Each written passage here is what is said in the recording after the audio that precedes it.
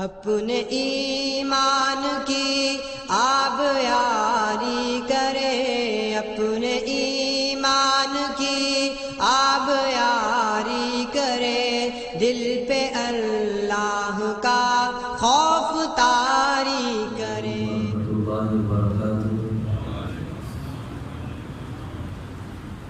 یا رب لک الحمد بقائل قدیر جلال وجهك وعظيم سلطانك، واشهد ان لا اله الا الله واشهد ان محمدا عبده ورسوله صلى الله عليه وسلم. اما بعد، اعوذ بالله السميع العليم من الشيطان الرجيم من همزه ونفخه ونفثه. بسم الله الرحمن الرحيم.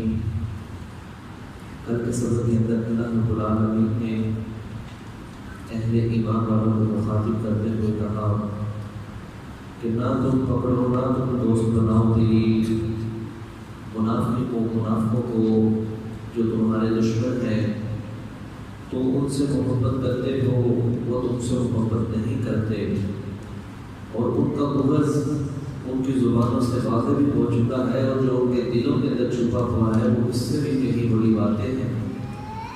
تم ساری کتابوں پر ایمان رکھتے ہو، وہ کسی بھی کتاب پر ایمان نہیں رکھتے، اور وہ غصے کی وجہ سے اپنی انگلیوں کو کاٹتے ہیں۔ اللہ فرماتے ہیں کل موتوا بغیظکم، تم اپنے غصے کے اندر ہی ہلاک ہو جاؤ۔ اگر مسلمانوں کو پہنچے کوئی اچھائی، کوئی بھلائی، تو ان کو بڑی ہی تکلیف ہوتی ہے، اور اگر مسلمانوں کو کوئی تکلیف پہنچتی ہے یہ فرحوا بہا، تو اس کے ساتھ بڑے ہی خوش ہوتے ہیں۔ اے مسلمانوں، اگر تم صبر کرو اور تقوی اختیار کرو، ان کا مکر تمہیں کچھ بھی نقصان نہیں پہنچائے گا۔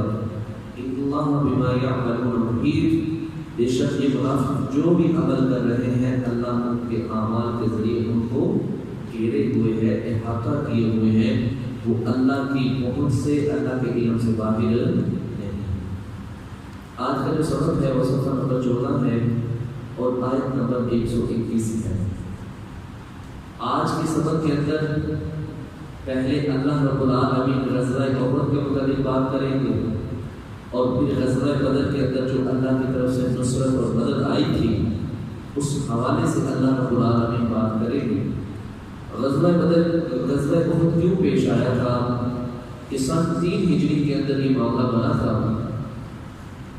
جب مشرکین مکہ کو بدر کے مقام پر 70 ان کے مارے کے 70 قیدی بن گئے، اور 24 کے قریب ان کے سرداروں کو گندے کنویں کے اندر پھینکا گیا تھا، تو اس وقت انہوں نے کہا کہ ہم بدلہ ضرور لیں گے۔ پھر نبی اسلام السلام کو بھی پتہ چلا کہ یہ ہمارے اوپر حملہ آور ہونے والے ہیں، تو نبی اسلام نے پھر مشورہ بھی دیا تھا صحابہ کرام سے تو کیا کرنا چاہیے۔ عبداللہ بن ابی منافق کہنے لگا میرا مشورہ یہ ہے کہ ہم اپنے علاقے کے اندر رہ کے ہی لڑتے ہیں، اور اس کی ایک پیچھے سازش تھی کہ یہ ہمارے اوپر حملہ آور ہوں گے، ہماری عورتوں کو قیدی بنا لیں گے، ہمارے بچوں کو غلام بنا لیں گے، اور نوجوانوں کو قتل کر دیں گے۔ یہ نقصان پہنچانا چاہتا تھا مسلمانوں کو، لیکن بعض صحابہ کہتے تھے اللہ نبی صلی اللہ علیہ وسلم ہم مدینہ کے اندر رہ کے نہیں لڑیں گے، بلکہ ہم مدینہ سے باقی نکل کے لڑیں گے۔ اور پھر یہ نکلتے ہوئے 1000 کا لشکر تھا۔ چلتے چلتے جب یہ احد پہاڑ کے قریب پہنچے تو عبداللہ بن ابی منافق کہنے لگا پتہ تو جب وہ نہیں چلے اپنے 300 ساتھیوں کو لے کے واپس نکل آیا، 700 ٹوٹل رہ گئے تھے۔ اس وقت غزوہ احد برپا ہوا تھا۔ اس لحاظ سے اللہ رب العالمین ایک واقعہ بھی نقل کر رہے ہیں، وہ انشاءاللہ سبق کے اندر ہوگا۔ اللہ رب العالمین فرماتے ہیں اِذ اور جب غدوتا، آپ صبح کے وقت نکلے تھے، صبح سویرے، من اہلکا، اپنے گھر والوں کی طرف، اپنے گھر والوں کے پاس سے آپ نکلے تھے، تبوئ المؤمنین، آپ بٹھا رہے تھے مومنوں کو، مقاعد للقتال، مورچوں کے اندر جنگ کرنے کے لحاظ سے کہ تم نے یہاں کھڑے ہو کے لڑنا ہے، تم نے یہاں کھڑے ہو کے لڑنا ہے۔ مورچوں کے اندر نبی اسلام والسلام ایک ترتیب بنا رہے تھے، اور یہ بات بھی یاد رکھیے صرف ہمارے پیارے نبی صلی اللہ علیہ وسلم نبی نہیں تھے بلکہ عظیم کمانڈر بھی تھے۔ اللہ نبی علیہ السلام کو جنگ کرنے کا طریقہ اسی لیے نبی اسلام نے عبداللہ بن جبیر رضی اللہ تعالیٰ کو جو 50 بندوں کے اوپر مشتمل قافلہ تھا امیر بنایا تھا عبداللہ بن جبیر کو، فرمایا تم نے اس پہاڑ کے دامن میں، اس پہاڑ کے اوپر کھڑے ہوئے اس گھاٹی کے اوپر، یہاں پر یہ بات یاد رکھو اگر ہمیں شکست ہو جاتی ہے، ہماری لاشوں کو پرندے اٹھا کے لے جاتے ہیں یا ہم کافروں کو شکست دے دیتے ہیں، کافر اپنا مال چھوڑ کے بھاگ جاتے ہیں، تم نے اس طرح کو چھوڑنا نہیں، تم نے تیر چلاتے رہنا، ہمارا پورا ساتھ دینا، جو کچھ مرضی ہو جائے میدان کے اندر، تم نے اس طرح کو نہیں چھوڑنا، اس چوٹی کو نہیں چھوڑنا۔ ہوا یہ کہ دیکھا کہ مشرکین مکہ بھاگے ہیں، سارے نیچے بھاگے، سامان اٹھانا شروع کر دیا، پیچھے سے مشرکین مکہ نے دوبارہ آگے حملہ کر دیا۔ اللہ رب العالمین یہاں یہ بات کہہ رہے ہیں کہ محمد صلی اللہ علیہ وسلم تمہیں بٹھا رہے تھے کہ مورچوں کے اندر تم نے بیٹھنا ہے اور کس طرح تم نے حملہ آور ہونا ہے۔ فرمایا واللہ اللہ سمیع خوب سننے والا، علیم خوب جاننے والا ہے۔ اذ ہمت طائفتان، جب بزدلی دکھائی دو گروہوں نے، منکم تم میں سے، ان تفشلا کہ وہ لڑائی کرے، اذ ہمت طائفتان جب دو گروہوں نے، منکم تم میں سے، ان تفشلا انہوں نے کمزوری دکھائی۔ یہ حضرت جابر بن عبداللہ رضی اللہ تعالیٰ کہتے ہیں یہ ہم میں سے دو گروہ تھے، یعنی بنو ثقیف اور بنو یہ سلمہ، یہ کہتے تھے کہ اللہ ہمارے متعلق یہ آیتیں نہ نازل کرتا۔ ایک واقعہ اور بھی اس کے ساتھ ملا ہوا ہے، جب یہ لشکر چل رہا تھا تو 300 بندے جب واپس ہو گئے تھے نا، تو مسلمانوں کے اس وقت دو گروہ بن گئے تھے، ایک کہتا تھا ہمیں ان کے ساتھ لڑنا چاہیے اور ایک کہتا تھا نہیں لڑنا چاہیے۔ یہی بات اللہ رب العالمین فرماتے ہیں کہ دو گروہ بن گئے تھے اور ایک بزدلی دکھا رہا تھا، اللہ اللہ ولیہما، ان دونوں کا دوست تھا، اس حالت میں وہ بزدلی دکھا رہے تھے کہ وہ حالانکہ مسلمان تھے۔ نبی صلی اللہ علیہ وسلم سے پوچھا بھی گیا تھا کہ نبی صلی اللہ علیہ وسلم مسلمان مومن جھوٹا ہو سکتا ہے؟ فرمایا جھوٹا نہیں ہو سکتا۔ فرمایا مسلمان بزدل ہو سکتا ہے؟ ہاں فرمایا بزدل ہو سکتا ہے۔ یہ ایمان کی یہ طاقت کی ایک کیفیت ہے، کسی کے اندر کوئی خوف نہیں ہوتا، کوئی خوف زدہ ہوتا ہے، یہ میرے اللہ کی طرف سے یہ معاملات ہوتے ہیں۔ فرمایا اللہ اللہ ہی پر فلیتوکل المؤمنون، چاہیے کہ توکل کریں ایمان والے مومن۔ آگے غزوہ بدر کے متعلق بات ہونے لگی ہے۔ غزوہ بدر کے اندر صحابہ کرام رضوان اللہ اجمعین لڑنے کے لیے نہیں گئے تھے، وہ تو قافلے کو روکنے کے لیے گئے تھے۔ ابو سفیان جو قافلہ اس شام کے علاقے سے مکہ کی طرف لے جا رہے تھے، اس قافلے کو روکنے کے لیے گئے تھے، لیکن میرا رب جو چاہے کر سکتا ہے۔ بہرحال یہ آمنا سامنا مشرکین مکہ کا مسلمانوں کے ساتھ ہو گیا۔ اس غزوے کے اندر یہ مدینہ سے کافی ہٹ کے ہے یہ بدر کا مقام، اور یہ بات یاد رکھیے ابو سفیان بڑا ہی کہنے کے عقل مند اور سمجھدار انسان تھا۔ یہ جب چل رہا تھا تو اس نے رستے کے اندر نا یہ لید دیکھی، گدھے کی، اونٹ کی اور گھوڑے کی، اس نے اس کو توڑا اور چیک کیا کہ اس جانور نے خوراک کہاں سے کھائی ہے۔ جب اس کو کھولا تو وہ مکہ کی خوراک نہیں تھی بلکہ وہ مدینہ کی خوراک تھی۔ اس نے کہا لگتا ہے کوئی ضرور کام پڑنے والا ہے، مسئلہ خراب ہو جائے گا۔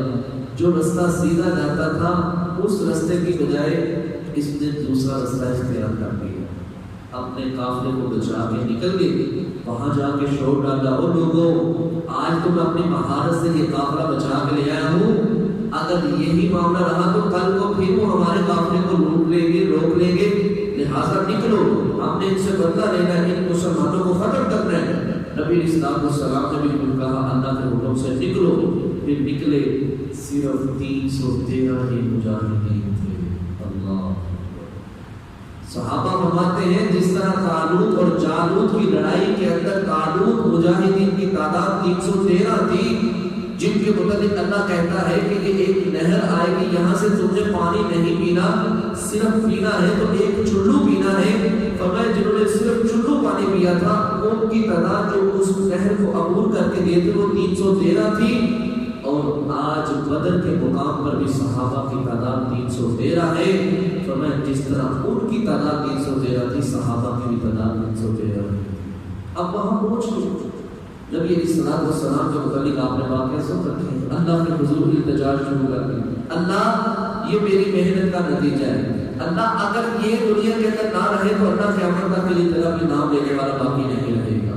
اللہ کی طرف سے مدد اتری اور یہاں تک کہ ابوبکر صدیق رضی اللہ تعالیٰ عنہ نبی اسلام کے کندھے پر ہاتھ رکھا. فرمایا اللہ کے نبی صلی اللہ علیہ وسلم بس کیجیے, اللہ کی مدد سامنے حال ہے, اللہ کی مدد ضرور اترے گی. یہاں تک کہ آپ کے کندھے پر چادر تھی وہ بھی گر گئی اور صحابہ کہنے لگے اللہ کے نبی صلی اللہ علیہ وسلم اللہ ہماری ضرور مدد کرے گا. اس حوالے سے اللہ فرماتے ہیں وَنَا کرتا ہوں تحقیق نَصَرَكُمُ اللَّهُ ہم نے تمہاری مدد کی تھی بِبَدْرٍ بدر کے مقام پر وَأَنْتُمْ أَذِلَّةٌ اور تم اس وقت کمزور تھے.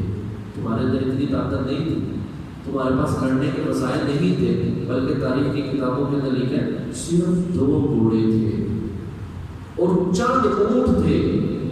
ایک گھوڑے کے اوپر 3 سوار تھے. حضرت علی رضی اللہ تعالیٰ فرماتے ہیں ایک گھوڑے پر میں, اسی گھوڑے پر نبی صلی اللہ علیہ وسلم اور ایک اور صحابی تھے.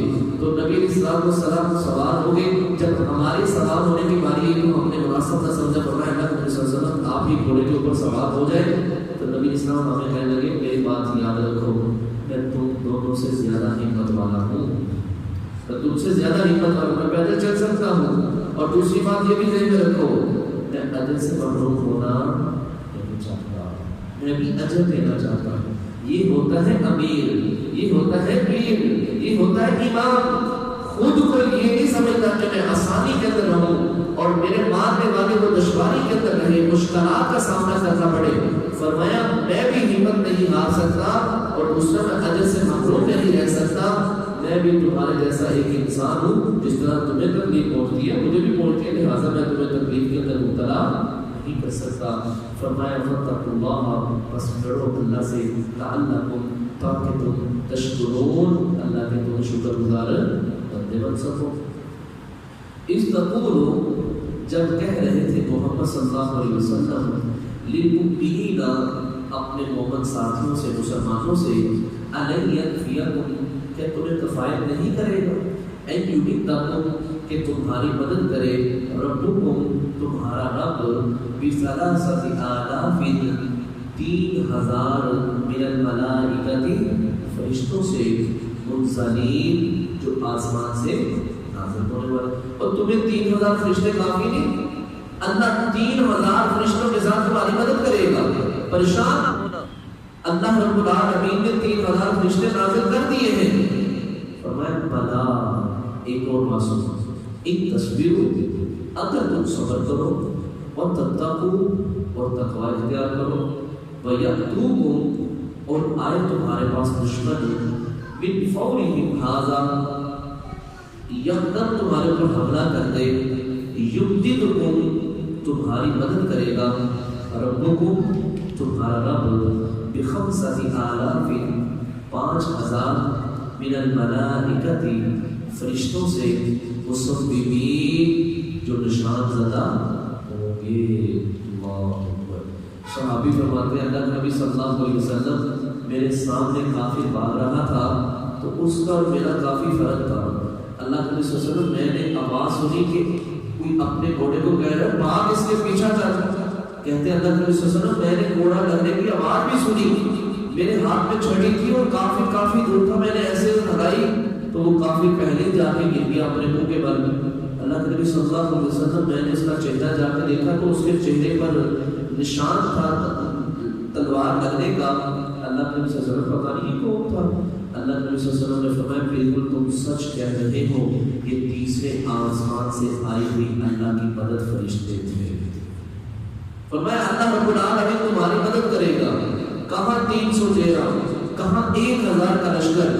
فرمایا یہ بات یاد رکھو اللہ رب العالمین نے جو یہ تمہاری مدد کی ہے, جو فرشتے بھیجے ہیں, یہ صرف تمہارے دل کو تقویت دینے کے لیے اور تمہیں مطمئن کرنے کے لیے یہ اللہ نے مدد بھیجی ہے. وگرنہ اللہ رب العالمین بذات خود بھی ان سے دو ہاتھ کر سکتا تھا، اپنی مدد بھیجے ہمیشہ کے لیے کافروں کو ختم کر سکتا تھا، لیکن اللہ نے تمہیں کیوں سامنے پیش کیا، تمہیں سامنے لڑنے کے لیے کیوں تیار کیا؟ فرمایا وما جعلہ اللہ، اور نہیں بنایا اللہ نے الا مگر بشرا، یہ جو فرشتوں کی جماعت نازل کرنی تھی نا، یہ خوشخبری دینے کے لیے لکم تمہیں، وَلِتَطْمَئِنَّ قُلُوبُكُمْ بِهِ، اور تمہارے دل مطمئن ہو جائے۔ تم یہ نہ سمجھو کہ ہم 313 ہیں تو 1000 کی تعداد کے اندر ہیں۔ فرمایا تمہارے دل کو مطمئن کرنے کے لیے کہ ہم تنہا نہیں ہیں، اللہ کی مدد اور نصرت ہمارے ساتھ ہے، اللہ کے فرشتے ہمارے ساتھ مل کے ان کافروں کو ختم کریں گے۔ فرمایا وَمَن نَّصْرُ إِلَّا مِنْ عِندِ اللَّهِ، اور یہ بات یاد رکھو، نہیں ہے مدد الا من عند اللہ، مگر اللہ کی طرف سے۔ اللہ خود بھی ان کافروں کو ختم کر سکتا ہے، ہاتھی والوں کو رب نے خود ہی ختم کیا تھا، کوئی انسان اس کے مد مقابل کھڑا نہیں ہوا تھا، لیکن اللہ تمہیں سامنے کھڑا کرنا چاہتا ہے۔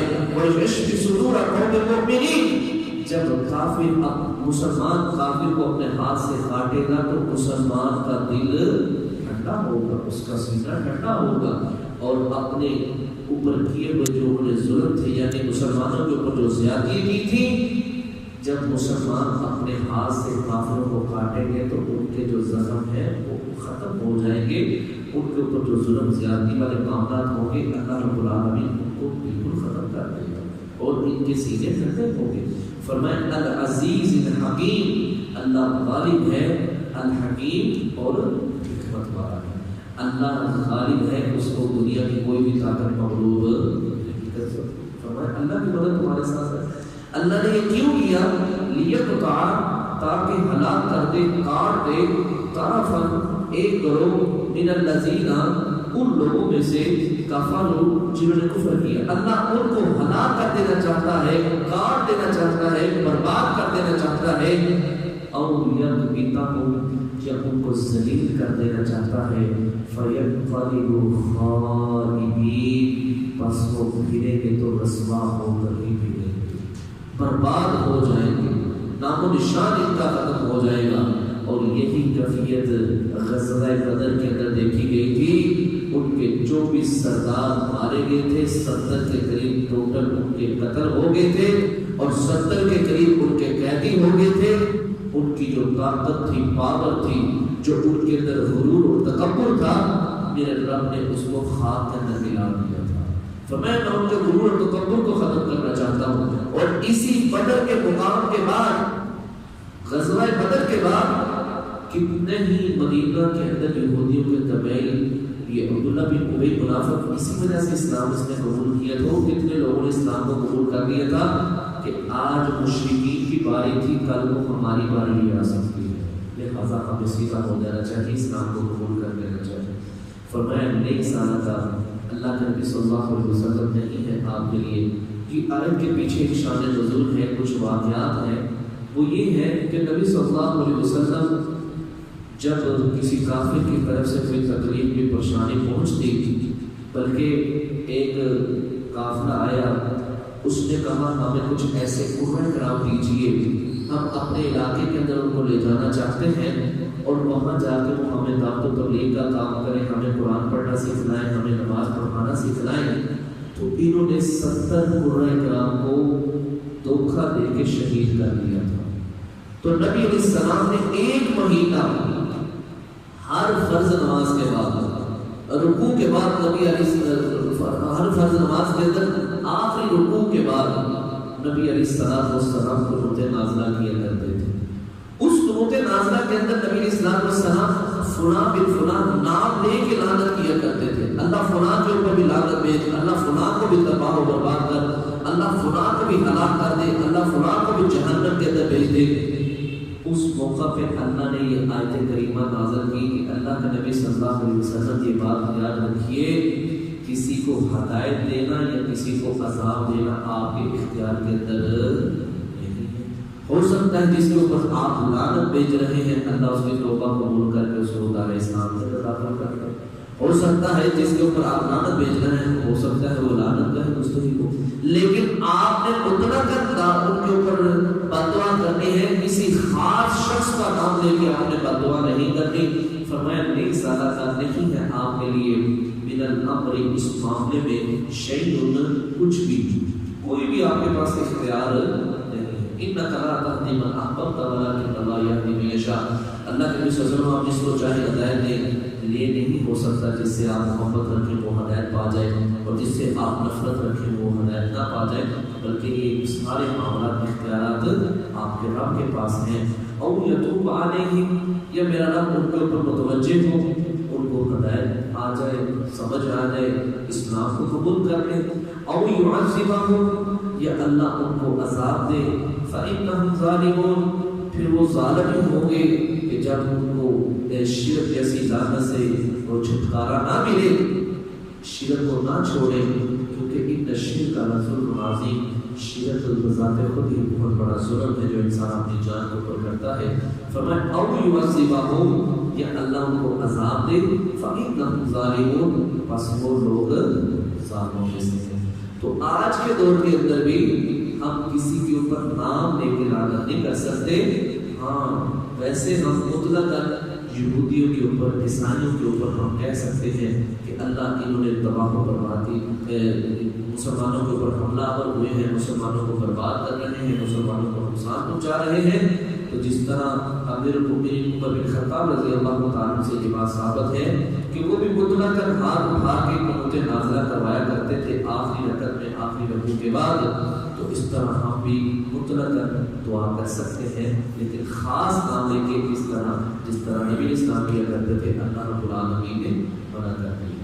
آخری بات فرمایا وَلِلَّهِ، اور اللہ ہی کے لیے ہے، مَا فِي السَّمَاوَاتِ، جو کچھ آسمانوں میں ہے، وَمَا فِي الْأَرْضِ، اور جو کچھ زمین میں، يَغْفِرُ لِمَن يَشَاءُ، وہ جسے چاہے معاف کر دے، وَيُعَذِّبُ مَن يَشَاءُ، اور جسے چاہے وہ عذاب دے، وَاللَّهُ غَفُورٌ رَحِيمٌ، اللہ بخشنے والا اور رحم کرنے والا ہے۔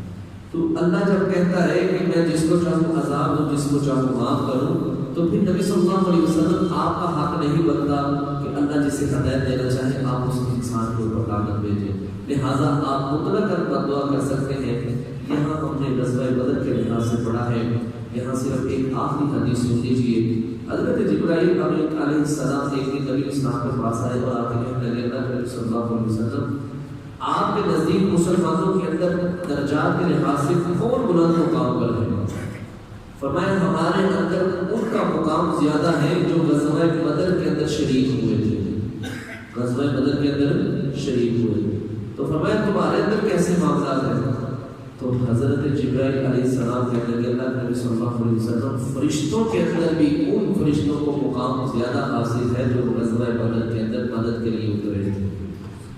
اللہ رب العالمین نے غزوہ بدر والوں کی طرف جان کے دیکھا اور کہا اے اہل بدر، آج کے بعد تم جو کچھ مرضی کرو اللہ نے تمہیں معاف فرما دیا۔ یہ بڑے عظیم لوگ تھے، ان کی قربانی کو میرا اپنی بارگاہ کے اندر قبول اور منظور فرمائے۔ تو اس کے اندر اللہ رب العالمین نے استقامت اختیار کرنے کا کہا ہے، ان تصویر و تتقوا، اگر تم صبر کرو اور تتقوا اور تقوی اختیار کرو اللہ کی مدد اور نصرت تمہیں ضرور ملے گی، اللہ تمہاری ضرور مدد فرمائے گا۔ اللہ سے دعا ہے اللہ رب العالمین ہم سب کو ان صحابہ کے نقش قدم پر چلنے کی توفیق عطا فرمائے۔ سبحانک اللہم و بحمدک، اشہد ان لا الہ الا انت، استغفرک و اتوب الیک۔